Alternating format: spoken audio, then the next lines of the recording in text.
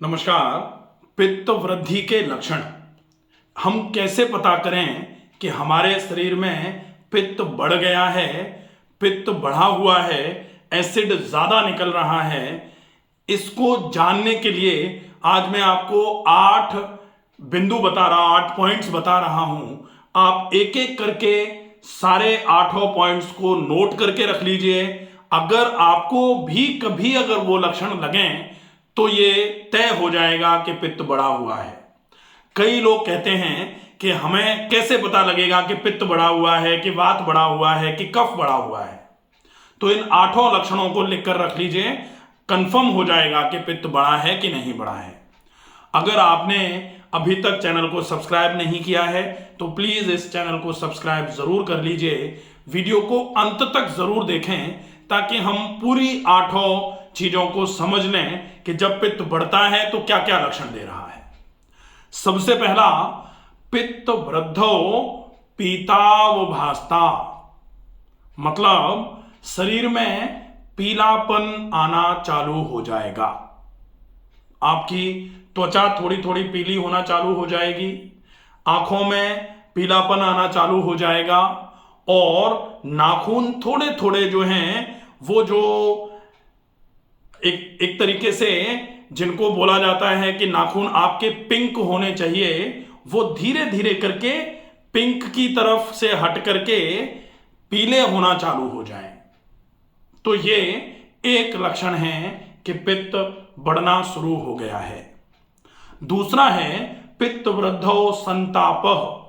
जब पित्त बढ़ता है तो संताप बढ़ना चालू हो जाता है, गर्मी ज्यादा लगेगी, एकदम से तापमान शरीर का बढ़ना चालू हो जाएगा, गुस्सा ज्यादा आना चालू हो जाएगा।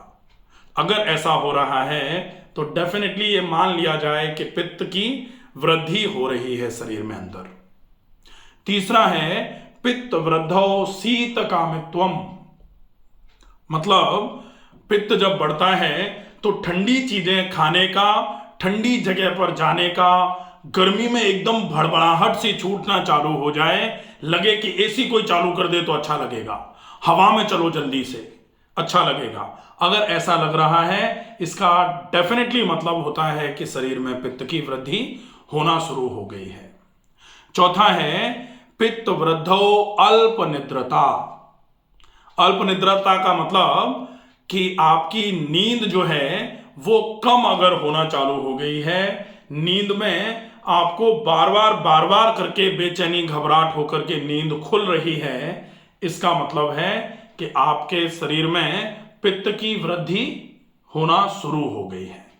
और अगर आपके शरीर में ये लक्षण आना चालू हो जाएं तो ये कंफर्म हो जाएगा कि पित्त वृद्धि है। और पित्त वृद्धि को किस तरीके से आप ठीक कर सकते हैं, वीडियो के अंत में हम 2 ऐसे उपाय बताएंगे जिनसे पित्त वृद्धि पूरे तरीके से ठीक होना चालू हो जाएगी। अब 5वां है पित्त वृद्धो मूर्छा। मूर्छा का मतलब होता है कि जब पित्त बहुत ज्यादा बढ़ना चालू हो जाता है तो ये आपके शरीर को बिल्कुल निढाल करना चालू कर देता है। आपको ऐसा लगेगा जैसे कि निढाल हो गए हैं, आपको ना तो कुछ सुहा रहा है, ना आपको किसी काम को करने में मन लग रहा है। ऐसा होना अगर चालू हो जाएगा तो बोला जाता है कि पित्त वृद्धि हो रही है। अब पित्त वृद्धो बल हानिर। बल हानिर का मतलब है कि बल की हानि होना चालू हो जाती है जब शरीर में पित्त ज्यादा होता है, पित्त की वृद्धि होती है। बल हानिर का मतलब ताकत कम होना चालू हो जाएगी। ताकत कम होना चालू हो जाएगी तो कई लोग कहते हैं कि हम पहले तो सारे काम निपटा लेते थे, अब तो हमको काम करने के बाद थकान लगती है या फिर काम करने के बीच में ही हमको थोड़ा आराम करने की आवश्यकता लगती है।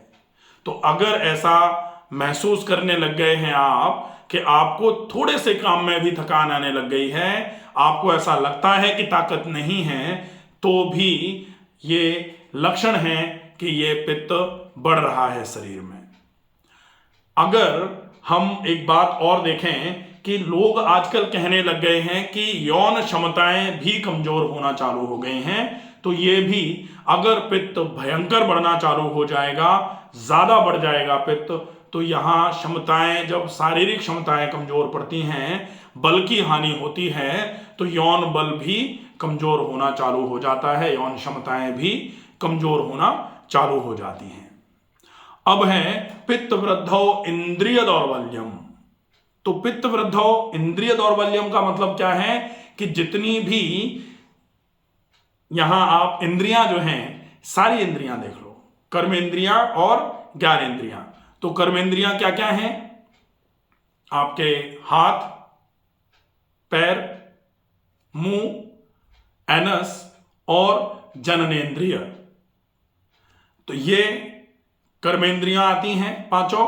तो इन पांचों कर्मेंद्रियों की दौर्बल्यता जब हो जाए, इन पांचों ही कर्मेंद्रियों में दौर्बल्य जब आ जाए, तो ये मान लो कि ये लक्षण पित्त वृद्धि का हो सकता है।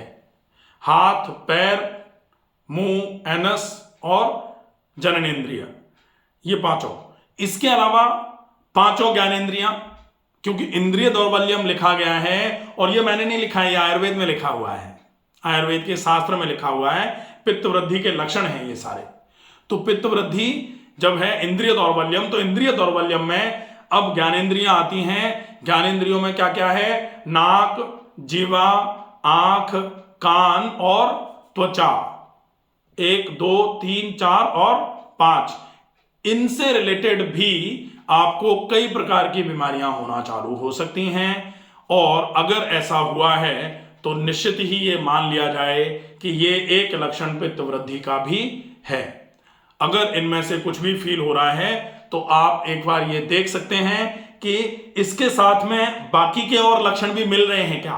तो अगर 1, 2, 3 लक्षण और मिलने लग जाएं तो ये कंफर्म हो जाएगा कि जैसे आंख में भी प्रॉब्लम है, लेकिन नींद भी कम आ रही है, लेकिन आपको गुस्सा भी बहुत ज्यादा आ रहा है, और आंख थोड़ी पीली पीली भी हो रही है, तो फिर आप मोतियाबिंद की बजाय ये मानो कि आपके शरीर में पित्त बढ़ रहा है। पित्त को बैलेंस करना शुरू कर दो, आपको आराम होना चालू हो जाएगा। ठीक है। अब बारी आती है 8वें नंबर पर, पित्त वृद्धौ पीत विन्मूत्र नेत्रम चा। तो पीला होना चालू हो जाएगा मूत्र, नेत्र और मल। अगर ये पीले होना चालू हो जाएं तो ये मान लो कि आपके शरीर में पित्त वृद्धि होना चालू हो गई है। और अब हम देखें 2 ऐसे उपाय जिनसे हम इस पित्त की वृद्धि को बहुत आसानी से नॉर्मल कर सकते हैं, और वो है, एक आप अच्छे क्वालिटी की सौंफ ले लो और मिट्टी की हांडी छोटी वाली लेकर के उसमें रात को आप सौंफ को भिगो करके पानी में हांडी को कपड़े से या फिर जाली के ढक्कन से ढक के रख दो, और अच्छी क्वालिटी की सौंफ लाओ।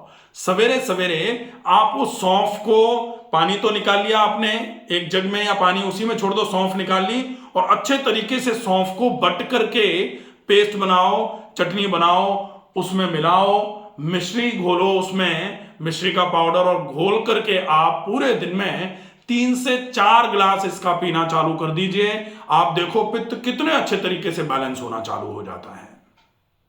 और दूसरा, ज्यादा मात्रा में पानी और प्राणायाम। तो एक तो सौंफ का पानी हो गया, दूसरा ज्यादा मात्रा में पानी, तीसरा प्राणायाम। प्राणायाम से शरीर में ठंडक पहुंचेगी, शरीर की गर्मी बाहर आना चालू होगी। और कुछ ठंडक के प्राणायाम होते हैं, ठंडी तासीर के प्राणायाम होते हैं, अगर इनका लगातार उपयोग किया जाएगा, जैसे चंद्र अनुलोम विलोम। चंद्र मतलब दाहिने को बंद कर लिया, बाएं वाले को, चंद्र को खोल करके चंद्र से अनुलोम, चंद्र से विलोम, चंद्र अनुलोम विलोम, ये कर लो। चंद्र भेदी मतलब चंद्र से अनुलोम और भेद करके सूर्य से विलोम, चंद्र से अनुलोम सूर्य से विलोम, इसको बोलते हैं चंद्र भेदी, क्योंकि चंद्र से भर के भेद रहे हैं। शीतकारी, जीभ को ऊपर के तालू पर लगा करके मुंह से सांस भरना और दाहिनी नाक से श्वास को छोड़ देना, इसको बोलते हैं शीतकारी। ये तीनों प्राणायाम अगर आप करेंगे तो ये स्पेसिफिकली गर्मी को कम करने का काम करते हैं। अगर आप इतना कर लेते हैं, डेफिनेटली आपको ये पित्त के जो लक्षण बताए थे इनमें बहुत अच्छे तरीके से आराम मिलना चालू हो जाएगा। अगर आपको ये वीडियो उपयोगी लगे तो प्लीज ज्यादा से ज्यादा लोगों तक इस वीडियो को पहुंचाएं। स्वस्थ रहिए, सुरक्षित रहिए। धन्यवाद।